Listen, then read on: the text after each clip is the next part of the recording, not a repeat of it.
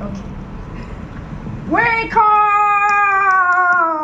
Wake up! Wake up!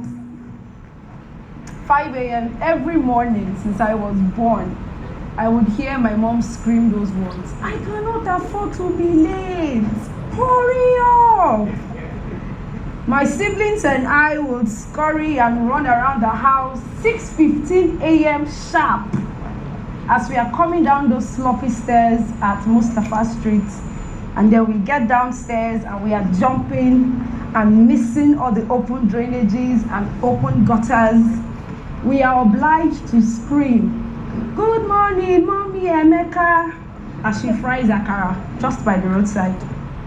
So you see, my house was a bit of a distance from like my house to the bus stop. So you are literally watching a movie as you make your way from my house to the bus stop. From Baba Ibeji that ties a towel on his waist and he's brushing his teeth in the morning and spitting into the gutters, to maybe Mommy Solo, "You go kill me today, you not give me breakfast money, you won't go work." Those were the sights that greeted me every single day as I walked to school. So you see, my parents decided that they wanted to put us in a very posh school. So this posh school was owned by one Oyibo, Mrs. Igere. And the reality of going to a posh school is that the disparity between the haves and the have-nots becomes very obvious. And I believe that's what fueled my interest in economic development and community development, because I strongly believe that I deserved better, right? And so did the children who were in my community. This was how I picked an interest in non-profit work. I didn't want to work in a bank. I wanted to work somewhere where there's no normal routine, where things can be spiced off, and I had an opportunity to do something different every day, as long as it was adding value to the lives of the people within the community that I served. Fast forward, a few years later, clicker doesn't work, my neighbor. Just like we predicted. Okay, Miss Bamidile, Bukola Bamiduro, sorry. So Bukola was, or is, a young lady just like myself. And she was focused on working with women like Mama Emeka who fries akara, right? And the work that she did or does or still do in the community is to enable or empower these women to make profits from the small businesses that they run. But the truth was, Bukola had done this consistently for so many years with the very little resources generated from the husband gives you money or your little income from your day-to-day job, and it was not enough. Bukola became very frustrated. But you see, as she was being frustrated, I was already honing my skills, my expertise, and my competence. I was in a sector in what I like to call the rise and fall of non-profits. 1 minute they are there, the next minute they are gone. And when you ask them simple questions, "You were doing such fantastic work, what happened?" "Ah, ma, there is no money." The reasons they would give to me are things that I would say, "But this isn't rocket science. If you do 1 + 2 + 3, it gives you 5, I hope." And before you know what was going on, Bukola walked up to me and we sat with Bukola. And after lamenting, we took her through a process within the organization where we helped her gain clarity. Then we helped her design her marketing strategy, her financials. We taught her how to prepare grant documents. Finally, as God would have it, Bukola earned her first $300,000 from Coca-Cola Foundation. We were all ecstatic. Okay. We were all ecstatic and we were grateful for Bukola. Earning that money gave her an opportunity to continue to train women from across Nigeria, from Lagos to Ibadan to Port Harcourt to Kano. She made it her life's mission to ensure that women go from not being able to provide for their families to being able to at least send their children to school. This is the sort of work that I'm involved in. I hope it's not me and this clicker. But these are women like this that Bukola supports every day. She teaches them how to bake, how to grind or mill their own groundnut oil or red oil, how to make local soaps. And she has done this and impacted over 10,000 women, getting them out of poverty and ensuring that they are now in a better position to take care of their families. Bukola has gone on to win several awards that I'm extremely proud of, and to know that I played a very small role in helping her get to this point gives me fantastic joy. Just like Bukola, we also have David from Ghana. You see, David works in Ghana, and he was able to access $100,000 from the Lenovo Transform Me Grant program. And what does he do with that resources? He was able to help school children who didn't have access to education access STEM education. We also have Onine.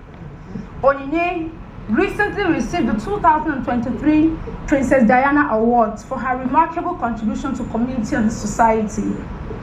Why am I sharing this story with you? It will shock you to know, or it may not shock you to know, that over 2 to 9 billion naira comes into the country every year. And that resources is supposed to be channeled towards social economic development for people like you and I in different sectors.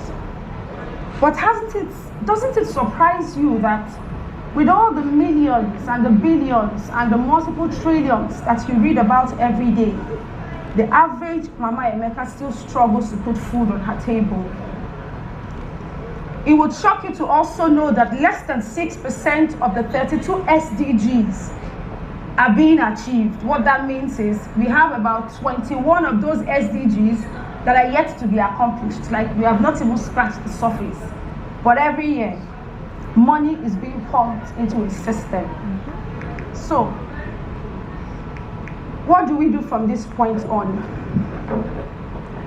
At Donors for Africa Foundation, having trained over 8,000 non-profits in 30 African countries, helping about 500 of them to access as high as $30 million through the work we do at the foundation, I strongly believe that for Africa to experience any real change, it must, as a matter of urgency, increase investment in its people and the institutions that they lead.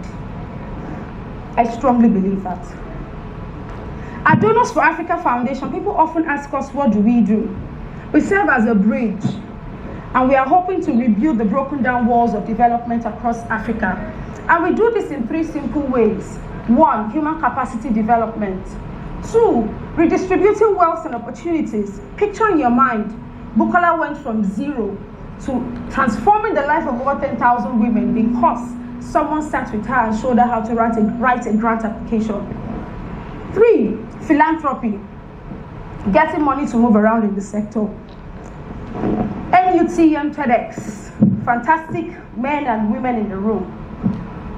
Some of you graduated, some of you yet to graduate, some of you already leading fantastic enterprises. What can you do? This is my ask.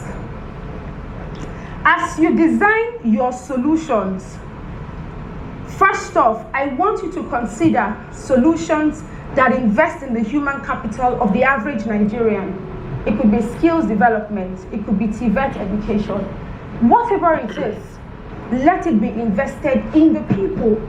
They say you should teach a man how to fish because forever and ever and ever he will know how to fend for him or herself. The second thing I would like to ask or recommend is that as you design your solutions, consider solutions that are data-driven. 80% of the stories and the statistics we quote in development is from the outside looking in. Nigeria, I choose to say, and I stand to be corrected, has no central data system that can tell you how many children have been impacted by education, how many children has this policy transformed. We don't have the data, we don't have the figures.